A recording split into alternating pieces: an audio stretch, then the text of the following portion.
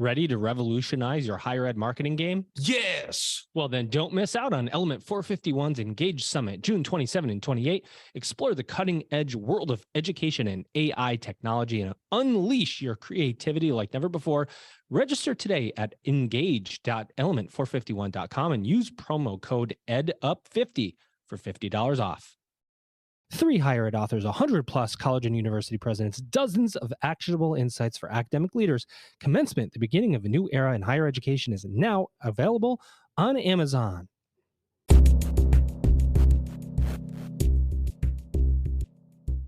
Welcome back, everybody. It's your time to add up on the EdUp Experience podcast, where we make education your business. Dr. Joe Salustio back with you on another episode. As I continue to say this every single time I come on, I'm back with you on another episode. Elvin, my co-founder, of course, of the EdUp Experience, reminds me that I am never allowed to stop because he'll never stop. We're going to continue to interview the brightest and boldest leaders in and around higher education that we can bring to the microphone. I always say that this is a crowdsourced podcast. You can come co-host with me. You can be a guest on this podcast. We want to interview anybody that's got an interesting story to tell. That's why we have 630 something episodes of this podcast, because we always say yes. So that keeps us pretty busy. I want to thank you for those of you that have picked up a copy of Commencement, the Beginning of a New Era in Higher Education, a book that I just recently co-wrote with Kate Colbert and released over Thanksgiving in 2022. It sold thousands of copies already. Of course, we took the first 125 presidents that we interviewed on this podcast and put all their insights and things that keep them up at night and trends they see in higher ed, and we put them all in a book that you can pick up on Amazon. If you haven't, I can guarantee you it will be worth the $32 it costs just to get the insights of those people. It's pretty incredible. So with that said, we are going to, at some point, and don't tell Kate I said this, we will write a second book, but probably not for another year. I mean, it's really hard to do that, I got to be honest, and it takes a lot of dedication. A lot of reading, which, I don't really like reading that much, but, maybe you do. No, I do like reading, but it's a lot of hard work. Instead, we're going to focus on the podcast. We're going to focus on hitting 300,000 downloads. And I have a feeling that the person we're bringing to the microphone today is going to help us move from 280,000 to 300,000 on this one episode. I just have a feeling this is going to go far. But before I bring her in, I'm going to bring in my guest co-host. You know him. You've heard him. I've been on his podcast now, and he's going to tell us about it. Here he is. He's Joe Linhart, Senior Account Executive for Higher Education with Advanced 360 Education. Joe, welcome back. Thanks, Joe. It's great to be here. It's been a little while for us. Schedules are tough, but I'm excited to get going today. Well, last time you were here, you were not a podcast host of your own podcast, and now you are doing your own podcast. You want to give us a little plug? I mean, you know what? Plug away. Tell us to listen. Come on. Well, that's true. I would be remiss, though, if I didn't mention Advanced 360 Education first. That's my full-time job. My weekend warrior job is the podcast. Love to talk leadership on the weekends and throughout the week, but certainly love representing Advanced 360 Education as well. But the podcast is doing great. It's off and running. A lot of friends like yourself have really supported us in trying to influence young leaders and leaders that are in the chair in terms of best practices and just in sharpening their leadership acts. So what a good segue to our guest who is leading a very innovative institution. We're going to bring in right now. She's Terah Cruz. She's CEO of ReUp Education. Terah, welcome to the microphone. How are you? I am wonderful. So wait a minute, we're only going to get to 300? Why not 500 after this? There you go. What we've done 600 episodes, but we're going to get to 500,000 downloads. Yes, with just this one single episode. So I don't want to I don't want to go a little short.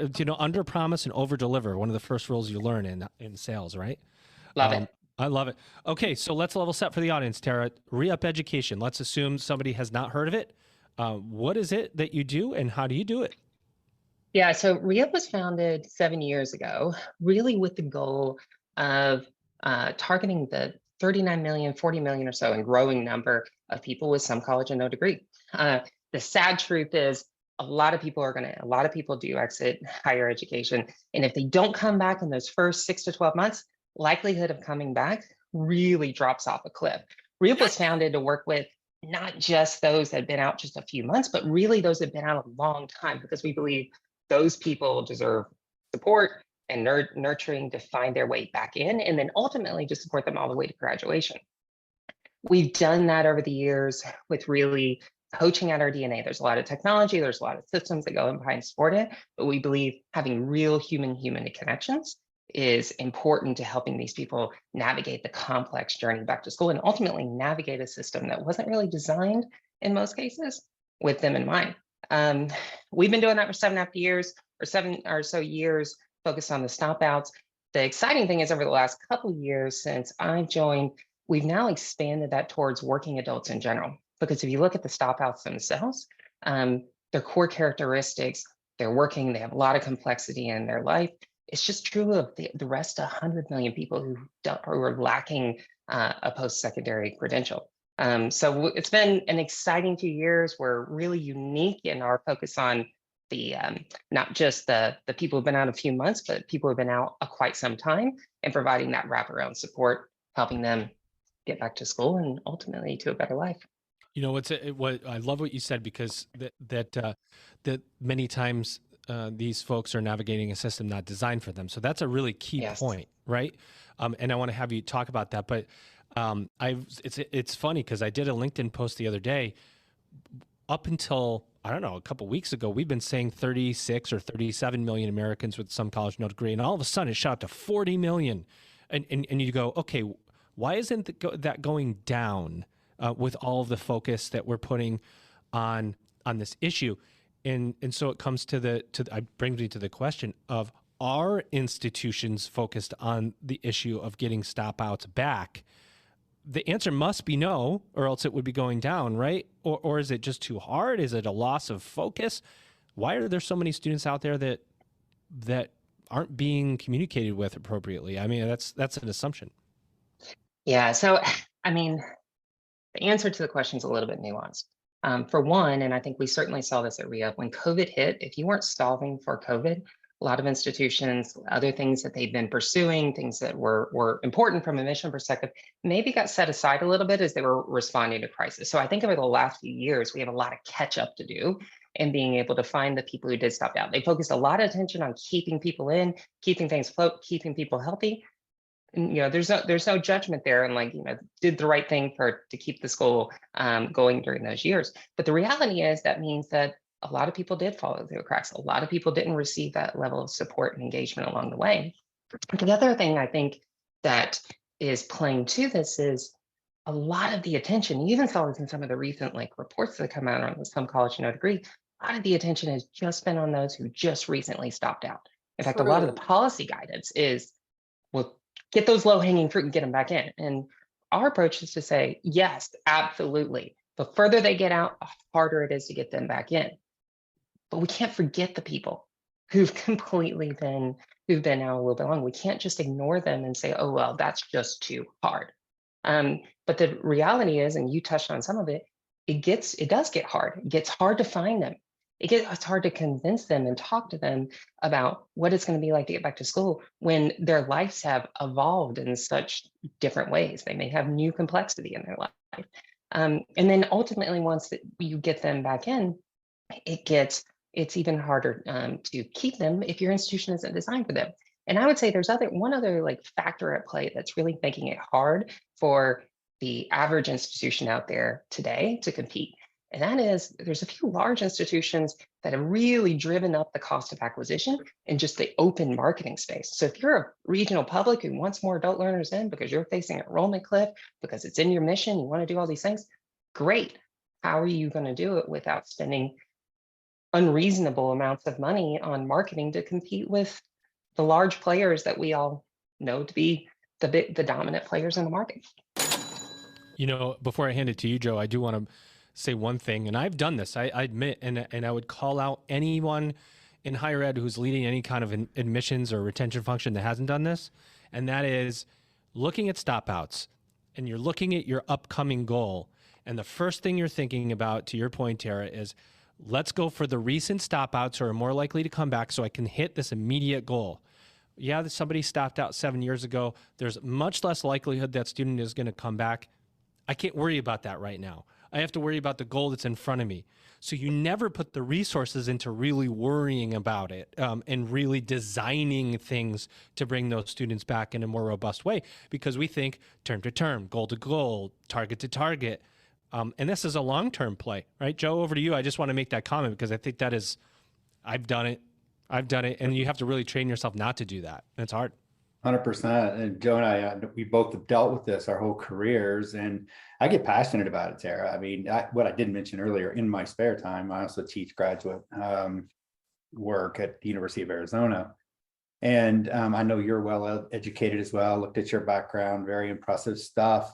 I am just curious, what specifically ReUp is doing with some of these guys, because today we're practicing more empathy. We're working on being more flexible with students, and taking the time and kind of meeting them where they're at, maybe more than we did 15 years ago. I wonder, what specifically are you guys doing to help them along the journey? Yeah, so really great question. I'm going to call out one word you said there, which is empathy, which I think is really important. So one thing that ReUp is built into our DNA, and everything, every way that we communicate, every way that we work with students, is leaning into that empathy, leaning into that understanding. What that means in like practice, and this is why I'd say with any institution, whether they're working with us or trying to do it themselves, you can't do this with scripts. Like you can't do this on the phone and like, let me count the time and I got to get to, keep you under 4 or 5 minutes on the phone and get you back as quickly as possible. If you can't lean into understanding where that person is in their life, if you can't lean into understanding the emotional or practical challenges that they have to getting back into school, you're going to have a hard time of getting anything other than those who just maybe forgot to enroll for a term, or something specific sort of popped up that doesn't exist anymore, and now they're ready to go back. It's going to be challenging. So specifically in the case of ReUp, we have every bit of information that the institution gives us about them, every bit of information that we're able to collect on that student, we actually build a persona for them. It's actually not patented as of last year, that allows us to build see detractors and motivators on that student, so that when my coaches get on the line, they're not reading from a script. They're seeing what is likely a motivator and a likely detractor, and they quickly look to build empathy with that student. And they do that not just by jumping on the phone, they do that through conversations with text. Like I look at the text messages, oftentimes the first meeting, 75% of it is over text. We have somebody texting before while they're fixing their kids' dinner. And then they'll follow up and have the next message after they put the kids to bed. And then they pick up on what that coach said and then answer the next message in the morning. Then maybe they schedule a call to work through some of the bigger issues. If you can't build that type of communication, if you can't build that type of relationship, which, let's be honest, this isn't just a higher education thing. This is the way we all communicate with anybody in our life. If you can't communicate with them and the realities of their life and the realities of how they communicate with everybody else, you're going to have a tough time at reaching these learners. That's a fact. That's a fact. You're meeting them right where they're at with the busy lives they have going on. And that's not so novel. I mean, it's, we've all had busy lives for a long time, but there's a lot more distractions now in our lives than there used to be, for sure. I have to share with you, and I think this is Captain Obvious stuff, but what I learned way back in the beginning of my career was that graduation was the reason we do this. And so anybody who goes to a graduation that works in higher ed gets that, especially if you walk them through the journey. I'm just curious, thinking aloud here, Terah, your staff, you've been around long enough now to experience graduation. Have they caught that bug, that passion of why we do this? 100%. People choose ReUp, they work here because a number of reasons. Like one, we built a lifestyle. Sorry, Terah, what percent did you say? What percent? Yeah. 100%. I thought you said 100%. The people who work at ReUp, they're here for that passion. I've got ex-professors, ex-teachers, ex-social workers. We live our values and how we interact with students, and also in how we do the work. A lot of our coaches are single moms. They can live anywhere. They can work on their timeline. We think showing up for our learners in the same way, in a way that feels similar to like what their lived experience is, it's also an important piece. In fact, it's one of the things that drew me to ReUp.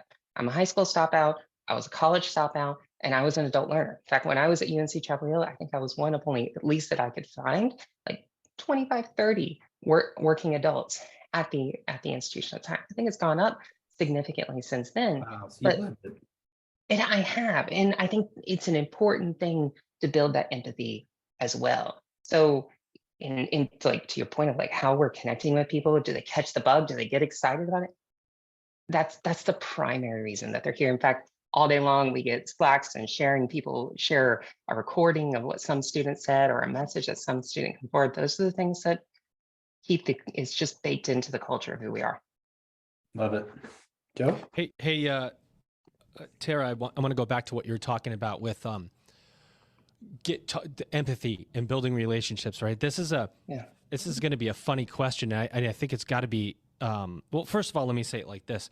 I believe, and you can tell me what you think, yes or no, that so much about getting students to return or not to leave in the first place is about self-confidence building, right? There's usually some thing within them that has given them some doubt. And even if they aren't doubting themselves,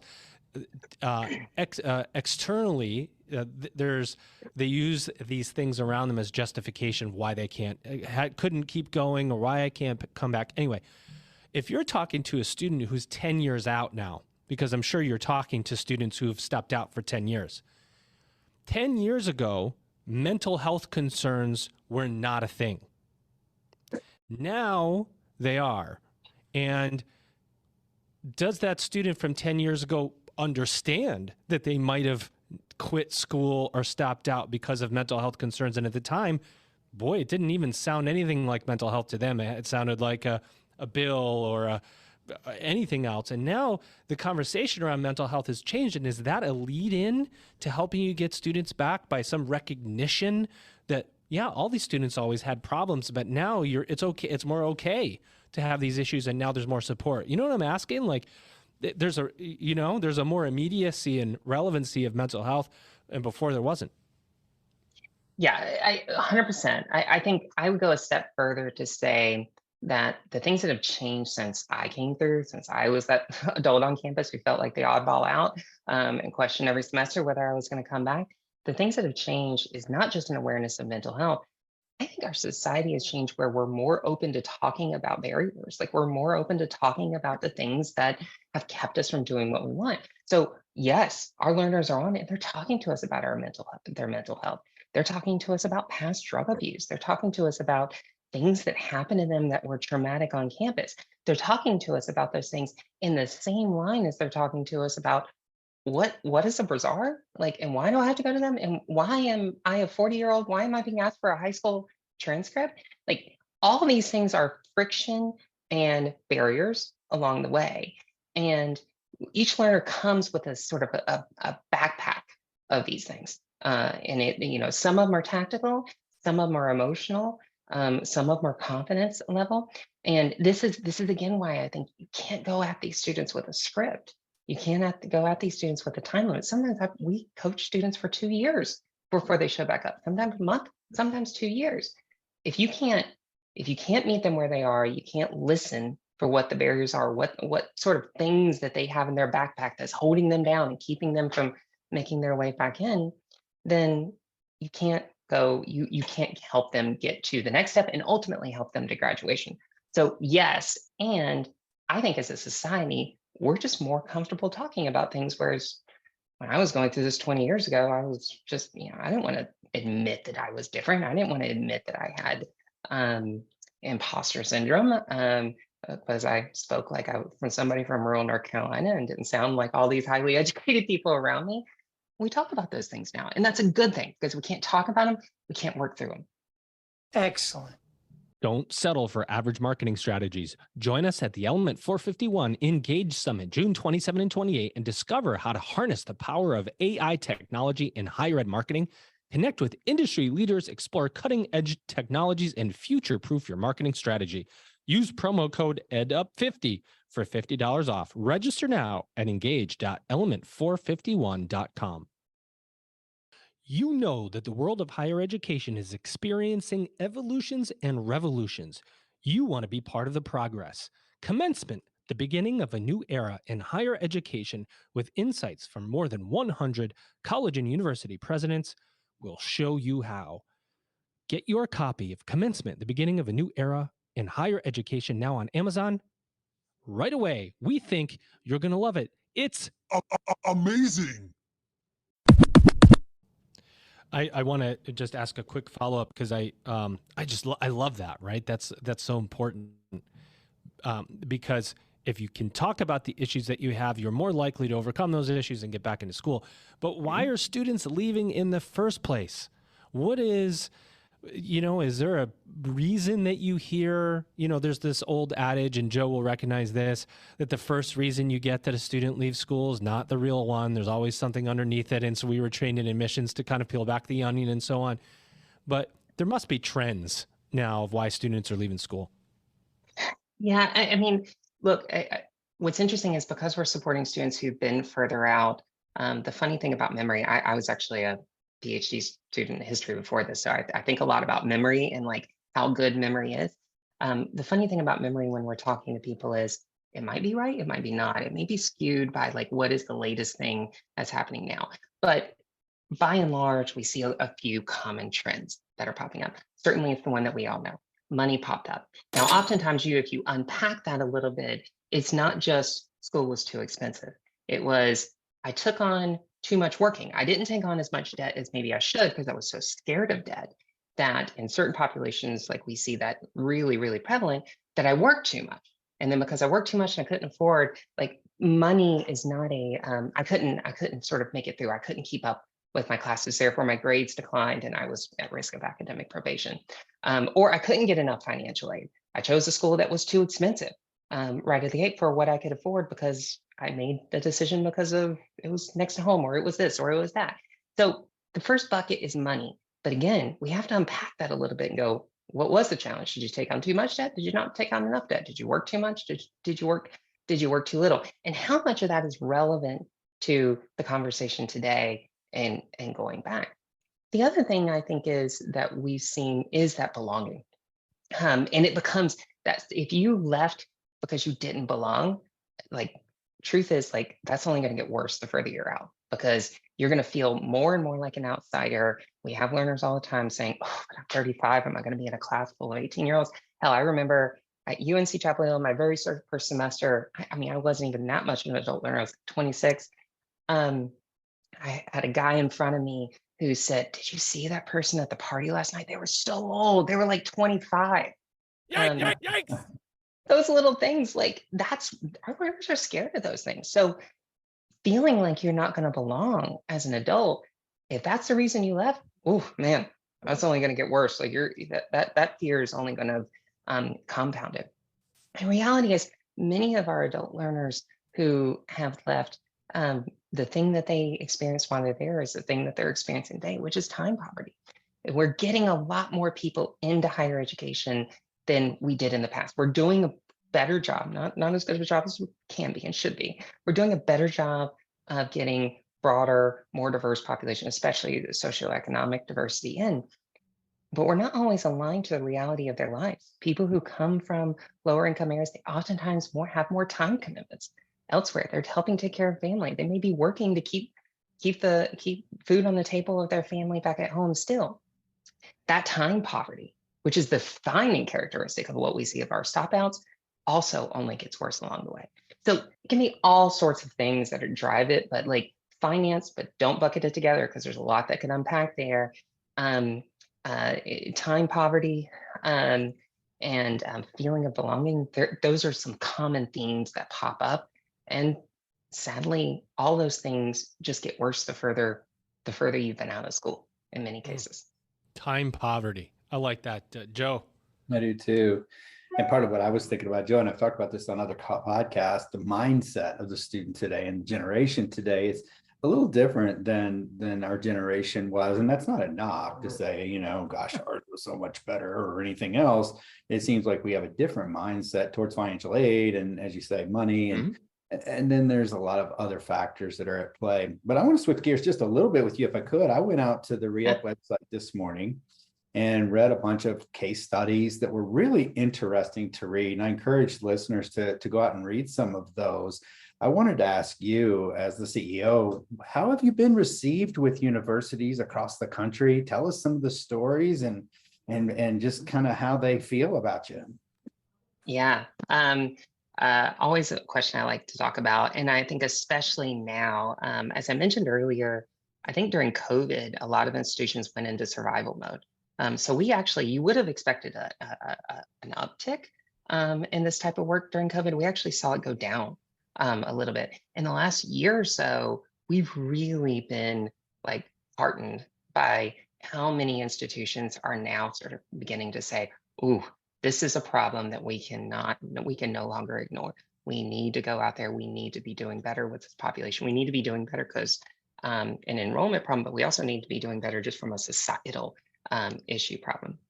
So a few things like how we're being received today. I think a lot of institutions who initially engage with us, they're talking about the same things that we've talked about here. I'm relatively good at getting people back who've been out for 6 months, but after that, I don't know. Like, I don't have the systems for it. I don't have the resources to go after those students. I know I need to. I know I want to. I don't know how, and I don't know what to do to go there.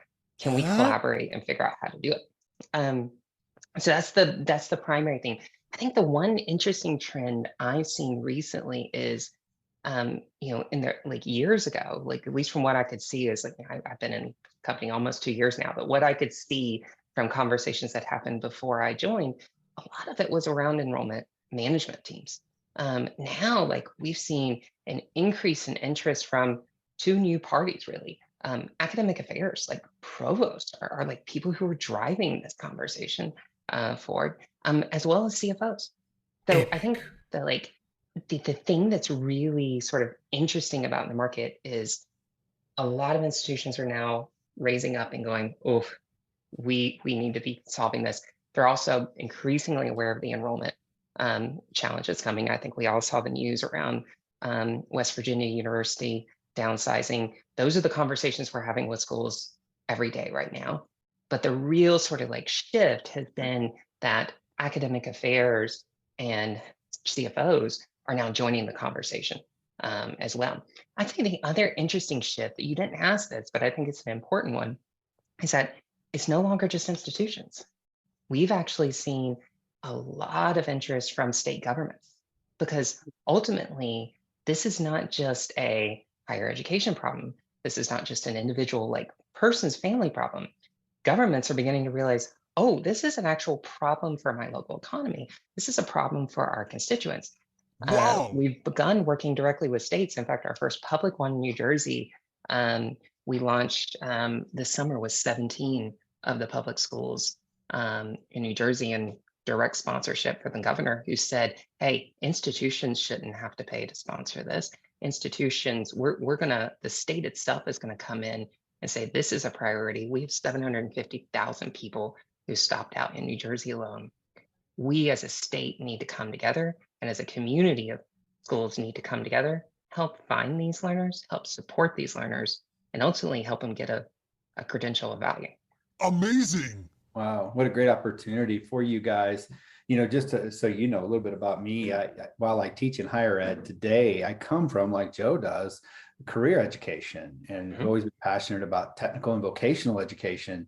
And I'm just curious, do you see a spot for your services in that space as well, or is it mostly on the higher ed side for you guys?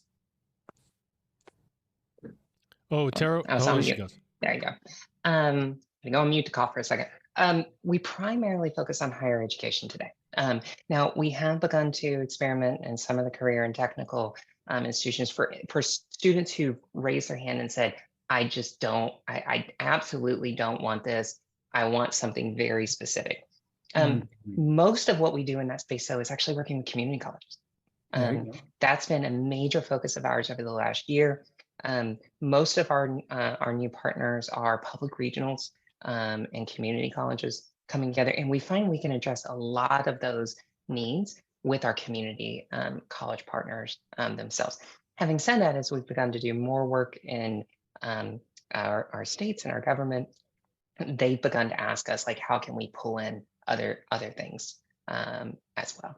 Yeah, It makes sense at the community colleges, right? Because the enrollments declined like 10% or whatever it was. They were having tons of trouble getting people back. There was the black men were not returning to college. I mean, and particularly black men who were going to community colleges. There were a lot of issues around community colleges. Are you getting those students back, Terah? I mean, Yeah. you know, let me ask you, the question is, are these stop outs coming back to higher education, or is the media noise, I'm going to say the public noise around a college degree having value, or no, get a quick credential, don't go back to what is that disruption looking like? Majority of our learners are interested in actual a post-secondary credential, associate's degree, or undergraduate. We still see that has value in this population.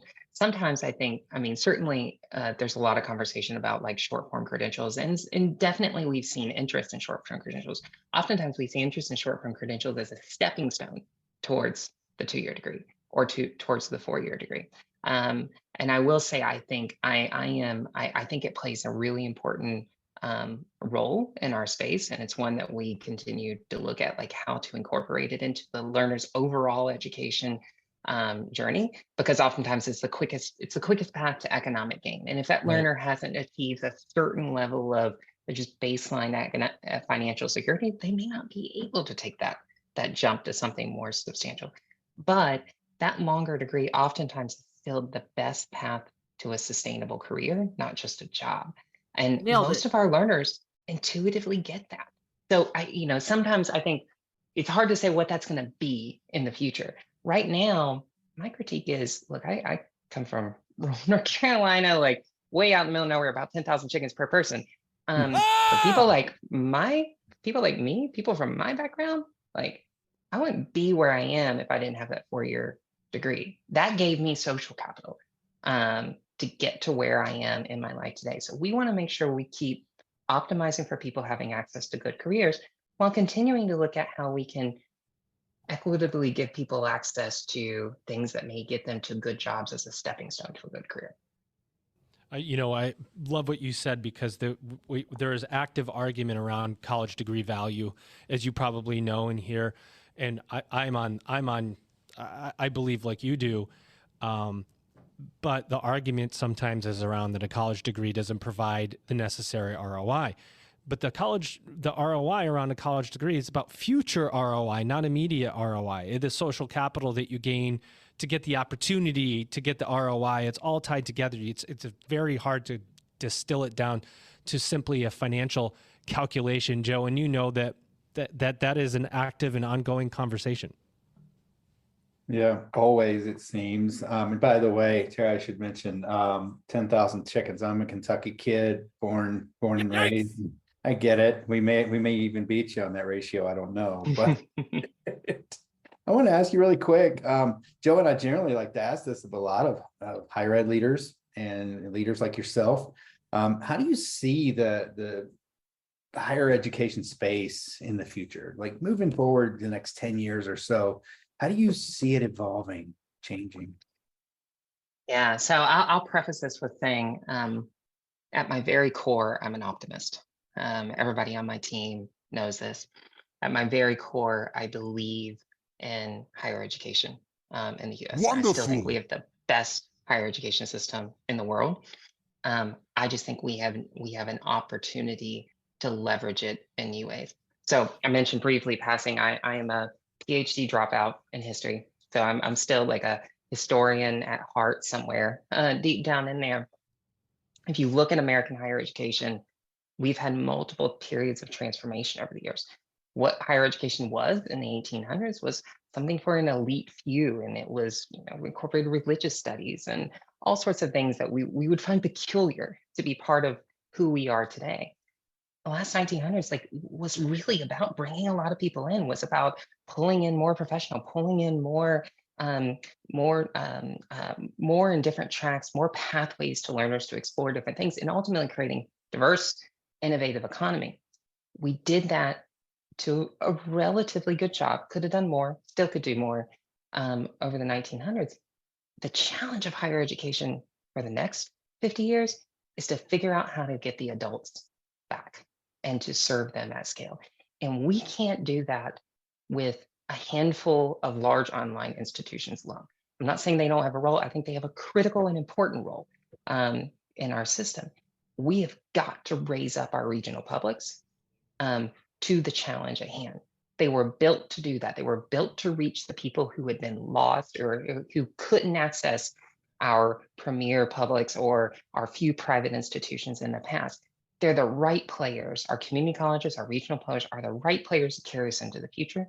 But that's going to require a pivot for a lot of institutions in figuring out how to serve adults in the same way like we had a pivot in the early 1900s as we figured out how to serve people who weren't just rich and elite, as we figured out how to support people who were on GI Bill coming back from war.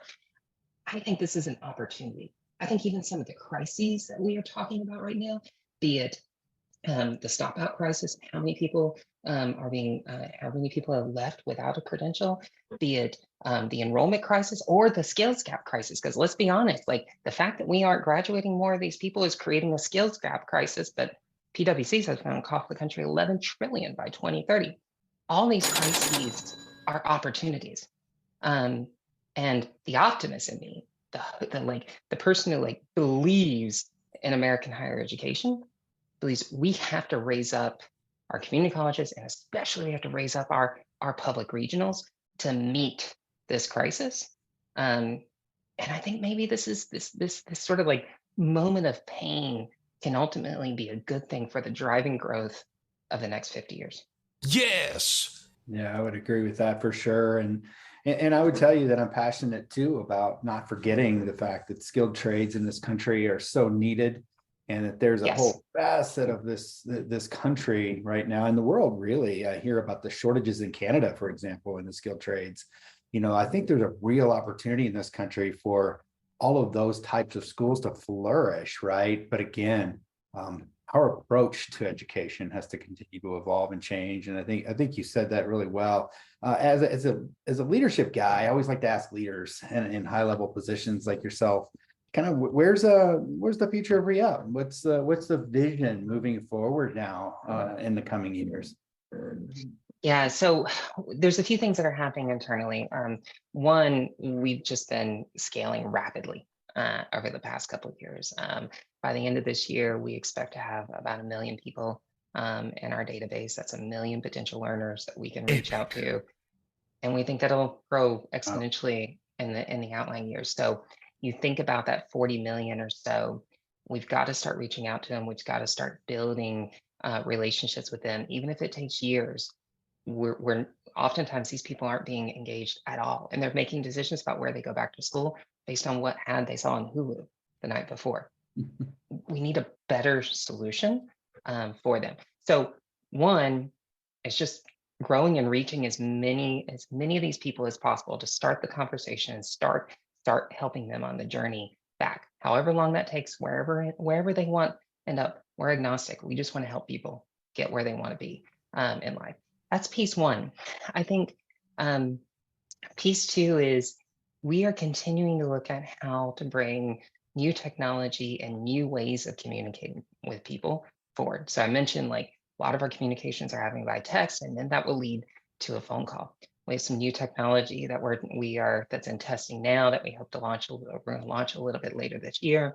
It's going to allow learners who want to self-service before they find their way, or before they start talking to somebody. We want to be able to reach people with whatever method, whatever solution, whatever communication that they need, and whatever tools that they need. So we're continuing to build on the tool set of reaching these learners. And we think that's critical to getting more engaged and more beginning to build intent to go back. Because let's be honest, and we talked about this beginning, this isn't a learner after they've been out for just a little bit. Oftentimes they don't have intent to go back. True. And we want to meet them, we want to support them, and we want to help them figure out what's next for them. The simplest way I think about what we do and where we're going is the message I say to my team constantly is, if you're lucky enough to buy a house, this is the second biggest investment you will make in your life. And you do it without a real estate broker, without a mortgage broker, And without all those systems and all those structures and all those support networks that exist to help you make a good decision for your health, none of that exists for higher education. Where I get excited is, how do we bring that level of support? How do we bring that level of like shepherding to higher ed? Because it's a huge decision. They should do it. I was lucky enough to go to a really great school, but I chose University of North Carolina because they had a good basketball team and it was cheap. No idea it was a good school. I lucked up. A lot of our learners don't have that benefit. I may have done the Basketball same team thing, is by the way. basketball team. I don't know these days. Well, they're okay. We're going to ignore the last year. It's a sensitive subject. That's We right. got some problems in Kentucky too, Joe. Yes. Yeah, there's so much in what you said that is, I like the passion, right? That's such an important part of this. If you're going to serve students, you have to have the unyielding, laser focused passion, because it's hard sometimes, particularly when if you're trying to get somebody back in, there's a million reasons they might give you why they can't come back. And you just have to find the one reason to convince them to come back. Right. So it's like, oh gosh, what was I telling, it's like job hunting almost, where if you're trying to find a job, you got to apply 100 times. You're going to get 99 no's, but you're going to get one yes that's going to change your life. And it's that one reason that student starts back. Terah, I want you to leave you with the mic. No structure, open mic. Anything else you want to say about ReUp education before we close this episode? I would just say that working with us, or where we exist today, we're here to support these students. The truth is, most everybody's ignoring them. The truth is, I think it's a good idea to be focusing on those who've been out so that they don't ever make it to being further out. But of those 40 million, vast majority of them didn't stop out in the last 6 or 12 months. We can't ignore them. Like, this isn't just, as I mentioned earlier, this isn't just a enrollment problem. This is a societal problem, and it's an economic problem. And if we don't start treating it as such, if we don't start reaching people and providing this level of engagement and this level of support, that number from 40 million is only going to go to 45, and only going to go to 50, and it's only going to get worse. And the higher up that number gets, the more people are going to start asking the questions that I think those of us in higher education don't want people asking, which is it worth it? Like, we want people to believe in it. We want people to work, because we know what its value is. So I leave you with, this is a problem that I'm glad is getting attention. And I hope for all those out there, whether they work with us, whether they do it themselves, whether they work with somebody else, tackle the whole problem. Don't just tackle the easy. Wow. I will say that I agree. And the amount of attention we're paying to this problem is really just manifesting itself, which means typically it's going to get worse before it gets better. One way you can make it better is to reach out to Terah. If you want to get going and re-engaging your student base, and reach out to ReUp Education, because it sounds like they will be able to help you accelerate your business. She's easy to find. You can find her on LinkedIn, connect with her. I bet you if you just go to the ReUp website, you can put all your information in there. Somebody will call you. Somebody that calls me all the time, my guest co-host, he's Joe Linhart, one of my good buddies in higher ed, Senior Account Executive for Higher Ed with Advanced 360 Education. Joe, what'd you think of this conversation with Terah? I loved it. It's a passionate, obviously it's in our wheelhouse. So we're passionate about students and student success. And obviously you guys have got that figured out. But what I took away from their website in this conversation is that they're passionate about students, and you have to be to succeed in this venture. So absolutely enjoyed it, Joe. Thanks for having me. Absolutely. And my guest today, your guest today, here she is. Ladies and gentlemen, she's Terah Cruz. She's CEO at ReUp Education.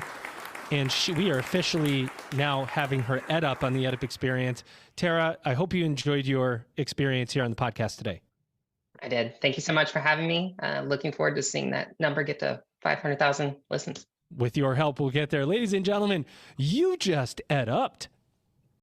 Experience Element 451's Engage Summit Conference this June and get ready to unleash the power of AI in higher ed marketing. Deep dive into how this emerging tech will revolutionize the education landscape. From personalized student engagement to turbocharging your marketing efforts with AI, these sessions are guaranteed to help you smash your enrollment goals. Connect with like-minded professionals, explore cutting-edge edtech products and services, and leave with the knowledge to supercharge your institution's growth. Don't wait. Register now at engage.element451.com and seize your chance to lead the pack in the AI-driven education revolution. Use promo code EdUp50 for $50 off your registration. It's time to Level up. The beginning of a new era in higher education begins with you. Order your copy of Commencement, The Beginning of a New Era in Higher Education by Kate Colbert, Dr. Joseph Lucio, with contributions by Elvin Freitas. It's higher education's must-read book of 2022. Discover how you can seize the moment to change higher education forever. Commencement, The Beginning of a New Era in Higher Education, now available on Amazon. For bulk orders, contact Kate, Joe, or Elvin